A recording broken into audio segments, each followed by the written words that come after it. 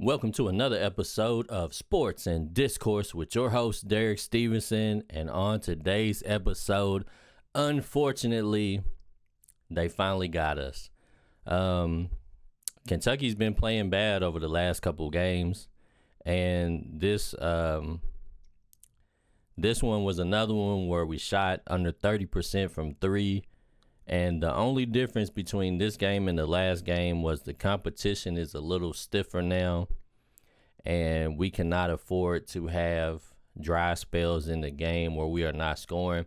I think we had 2 or 3 times in the game where we went 3 minutes without scoring. And that's just going to probably be something that if we don't learn to patch that up, that's going to probably give us problems from here on out, because now it's big boy basketball. It's Power 5 basketball. So this is where we got to toughen up. And I think what, Mark Pope might have to do in games like this where we're not shooting the ball well, he may have to implement some plays and some sets to get some of these guys shots at the rim. I know that he loves the three ball, and modern basketball, you live and die by the three, but we can't keep continuing to have these long dry spells where we go in 2-3 minutes without getting any points on the board. And we do got some guys that can get fouled in certain spots. Carr gives us a nice balance because he will do some work around the bucket, and he's like I said when I profiled him, he's a bruiser with a jump shot. So he's one of those guys that'll go down there and be physical. He did it in this game. He'll force his way to the foul line. So we're gonna need to get him some shots at the rim. We need to get Ortega rolling to the basket where he can just, make less back and forth moves and just get some clear lanes to the basket where he can try to use some of his athleticism and his strength and finish at the rim. And same with Lamont Butler. He scored a lot of baskets at the rim last night. So we're gonna have to really work on getting shots at the rim when the 3-point isn't falling. But overall, man, we just played bad. Everything that we normally do good, last night we just done it bad. We only had 11 assists. Usually we got the ball whipping around the court, guys getting open looks, and last night we only had 11 assists. But one of the main things that stuck out was we had 12 turnovers, and normally we keep the turnover, we keep our turnovers under 10 a game. But last night we made a lot of mistakes where we was just mishandling the ball, especially, no disrespect to our big men. They both played well, but sometimes they might handle the ball a little too much for my taste. And I know, they both good passers. Carr and Williams both can pass the ball. And I even throw Brandon in there as well. They all can pass the ball really well, but sometimes, last night, especially Amari, he was dribbling too much, and the thing about it was he was getting right in the middle of the paint, and he was dribbling the ball, but he wasn't really aware of where the help defense was coming from. So a lot of the times he had his back turned, and he didn't know what side they was going to hit him from, and he fumbled the ball or he lost the ball a decent amount of time. So we got to clean that up as well. But we just, we shot 38% from the field as a team. Garbage. 26% from three. Garbage. Like I said, the last 3 games we shot under 30% from three. And it shows, you know what I'm saying? We just wasn't able to overcome this one. We still was able to score like 100 points in the last 2 games because we eventually turned it on. But this game, we just never had that moment where we, where we heated up and changed the outcome of the game. So, 61% from free throws. I'm sorry. So we got a lot of work to do. Like I said, it happens like that sometimes. But anyways, let's look at some of these highlights and just kind of see what was happening to us last night.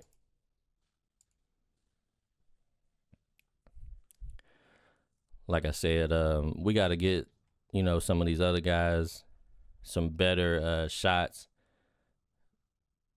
We got to get them some better looks closer to the basket, I think, when the three's not falling for us.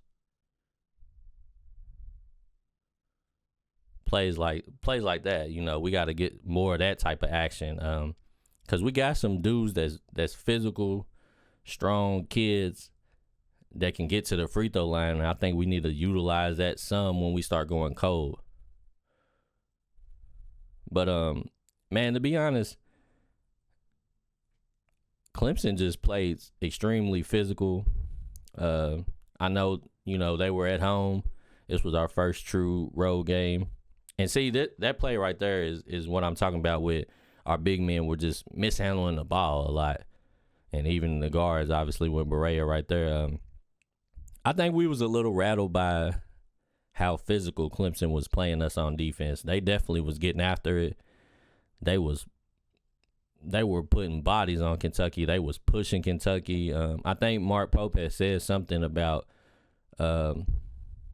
he had told the guys that when they run through their screens and, when they moving around the court, they're going to have to be prepared to take hits, and they're going to have to forcefully move through the contact and just stop Clemson from bumping them off of their spots, and they're going to just have to hold it down. But I mean, we fought hard, but Clemson just fought a little bit harder, to be honest. As it kind of just sums it up, they were scrapping.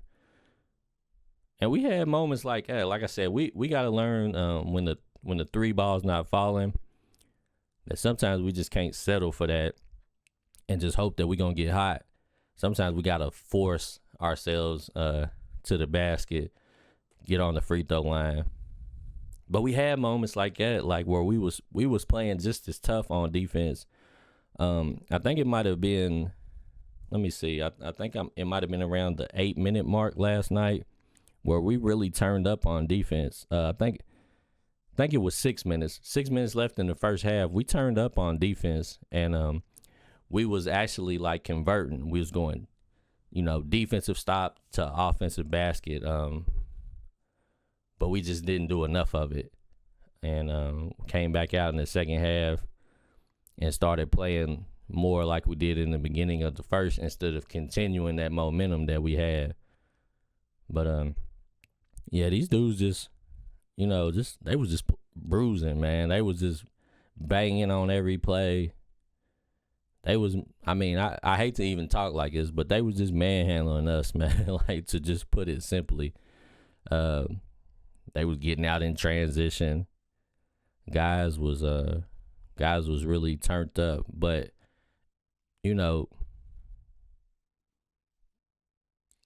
just to take away something positive, I do think that this was a good learning experience for Kentucky, because this is what it's going to be like from the rest of the season. Because if any of y'all was paying attention, the rest of the SEC was running through the ACC. We're the only team that has lost so far. So the SEC is just going to be like this every single game is going to be like this. So depending on how we shoot the ball and how tough we play, how hard we compete on both ends of the court, we could go from probably being, a top 3 SEC to being a eighth finish like they projected us. I mean, if we don't toughen up and compete hard, we could end up in 8th like they said. But if we got the talent, we got the ability to compete with anybody in the nation, but we got to stay locked in. We have to minimize the turnovers, and we got to get more good shots like that. You see, Amari took his time right there, and he was a little bit more aware of what was going on. But we got to get more guys on the floor. Clemson was just playing hard, man. They was playing like they was playing like the Rents do. Just all over the place, scrapping. They weren't necessarily playing efficient basketball either. They was actually shooting the ball bad, but they just had guys making plays like that on a regular. He just using his strength. He just all heart, and he just going to the basket, and he just wasn't going to be denied. And we got to just get guys in that mode. Robinson's going to have to do more of that. You see how he took the bump and you just can't let it throw you off your path. You just got to break on through there. And Robinson ended up having an okay game. He gave us 12, but he was 2 for 7 from the 3, which was, that's kind of what slowed his game down. If he would have took more shots inside the 3 and been a little bit more efficient, we might have had a little bit of a better chance. But yeah, we definitely we got to use this game as a learning experience, man. This is one where there's a whole lot of footage that we can look at and figure out how to get better. Because, like I said, we got Gonzaga coming up this weekend, so it's only going to get tougher from here on out. It's not going to get any easier. We got to be prepared because I believe the word is going to get out that now you gotta catch Kentucky in the bad shooting night. You gotta keep them under 100 points, and you gotta just play rough, play physical. You gotta try to move Kentucky guys off their spot, and Kentucky's gonna have to prove to the rest of the country that they can be as physical and as tough as everybody else. I think once Kentucky settles down and locks back in, I think they're gonna end up performing well like they have been. But they got to get rededicated because I think maybe it's been a little too easy for them. They've been able to play bad and get some victories. But now, like I said, it's things are going to change. Like the competition is getting ready to get crazy. But anyway, shout out to Otega Owe. He came through as usual with dropped 17 and 7 rebounds. He competed hard. He just didn't shoot the 3 well. But he pretty much did everything else good. Lamont Butler gave us steady numbers like he always does. 16, 5 assists, 2 rebounds. He actually shot the 3 50%, so he played well. Creasa is one that I'm still waiting to see Creasa get going. He still ain't really had a breakout game. He was 0 for 4 from 3. 0 for 1 from the free throw line, so we got to figure out a way to get Creasa going. Because sometimes, I ain't going to lie to you, sometimes I feel like Creasa takes some bad shots just because I feel like he's trying to get himself in the rhythm, get himself in the game, and get himself going. And sometimes I think he's not patient enough. So we got to figure out a way to get him going. But what really probably slowed us down the most was Kobe Bryant just couldn't really get it going. He only had 3 points. He still shot 50% from 3. He always going to shoot a high percentage from 3. But I think they was kind of locked in on him, and he wasn't able to really get enough shots. He only shot the ball 3 times, and I feel like, Barea is going to have to take somewhere between 10 to 12 shots a game for us to be really successful. So we're going to have to figure out a way to get him going. And same with Almanor off the bench. He gave us, just 2 points. So we got to figure out a way to get him going because if Almanor gets high, he can be one of our better shooters as well. So we got some stuff to work on, Man, I ain't going to beat the dead horse. We all watched the game. We saw what the problem was. They just got manhandled. Ain't really too much we can say. But we just got to, like I said, we can't dwell on it. We got to watch some film, figure some stuff out. We might have to get some of these guys going towards the rim more. But we got Gonzaga up next, so we just got to get ready. Anyways, unfortunately, the first loss of the season has now occurred. Our first true road game came up a little short. Like I said, we just, we only scored 66 points. So we definitely had the worst game that we played all season.